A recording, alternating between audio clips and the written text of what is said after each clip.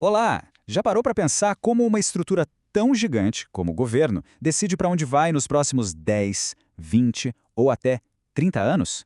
Pois é, hoje a gente vai dar uma espiada nesse complexo sistema de navegação que guia os serviços essenciais de que todos nós dependemos. A pergunta que fica é essa, né? Como uma organização tão complexa define seu rumo? Quer dizer, como se garante que milhares de pessoas e um orçamento imenso estejam todos de fato remando na mesma direção para alcançar um objetivo em comum? Olha, para facilitar um pouco a nossa vida, a melhor forma de entender isso tudo é com uma boa metáfora. Vamos imaginar que o setor público é um navio gigante, uma nau.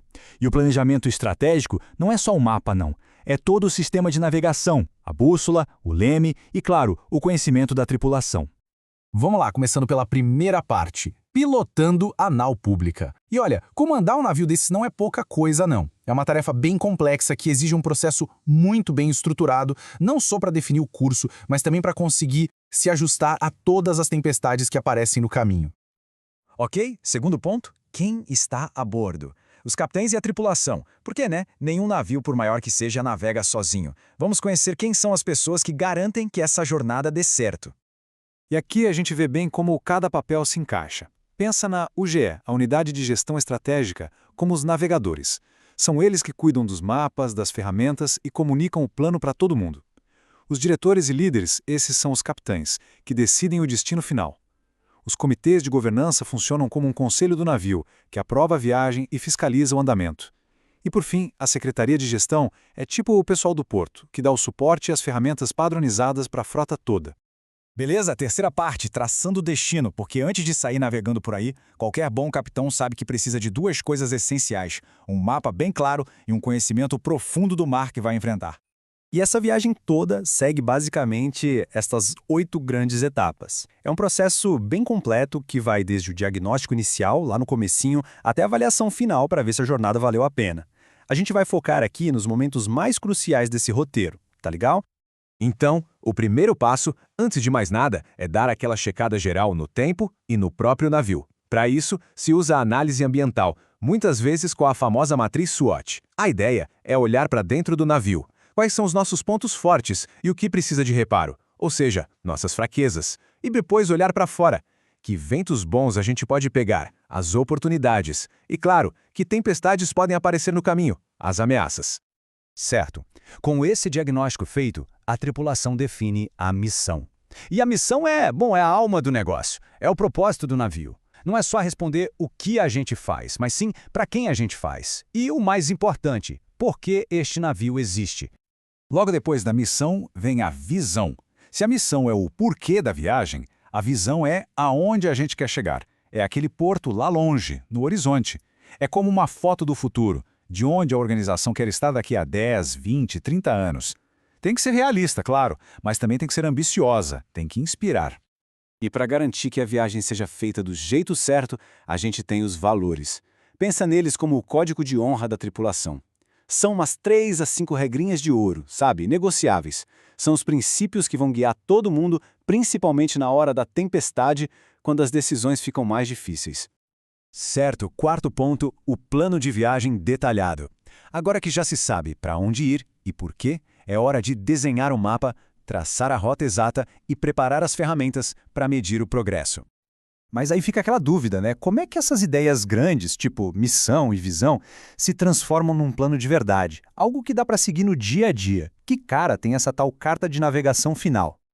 A resposta para isso é o mapa estratégico. Ele é baseado numa metodologia bem conhecida, o Balanced Scorecard. E a ideia aqui é ter uma visão, equilibrada, porque não adianta só chegar no destino. O mapa precisa mostrar outras coisas importantes. Qual foi o impacto real para a sociedade? Como os cidadãos estão sentindo essa viagem? O navio está funcionando bem por dentro? E a tripulação e a estrutura estão em dia?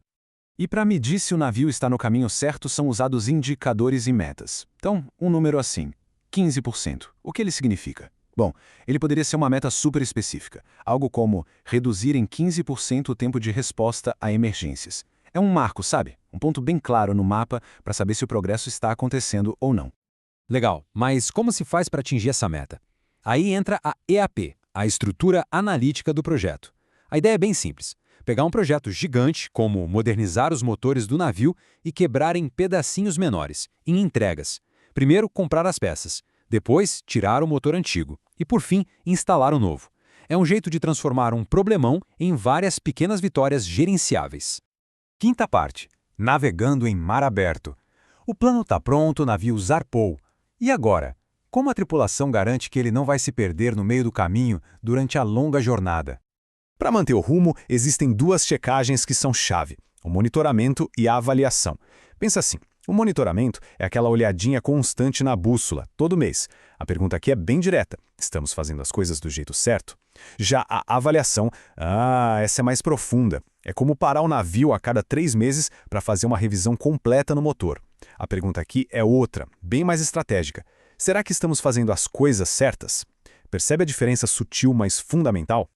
E chegamos à última parte. Por que esta viagem é importante? Depois de todo esse trabalho, de todo esse planejamento, para que serve tudo isso afinal? Qual é o grande propósito dessa navegação tão cuidadosa? No fim das contas, o destino final, o grande prêmio dessa viagem toda, é um serviço público melhor, é simples. O objetivo é entregar serviços que realmente funcionam, que são confiáveis, é garantir que o governo esteja alinhado com o que a sociedade de fato precisa e, claro, estar sempre tentando melhorar e inovar. É para isso que toda essa engrenagem existe. E tem uma frase no material que resume tudo perfeitamente. Ela diz que o processo transforma a estratégia de um documento em um processo contínuo de tomada de decisão. E é exatamente isso. A estratégia deixa de ser um papel bonito guardado na gaveta e vira a própria bússola que guia o navio, dia após dia. É um sistema vivo. E para fechar, fica aqui uma reflexão. Se cada serviço público que a gente usa no dia a dia é um navio em alto mar fazendo a sua jornada, será que ele tem um mapa claro ou será que está navegando meio à deriva sem um destino certo? É algo para a gente pensar.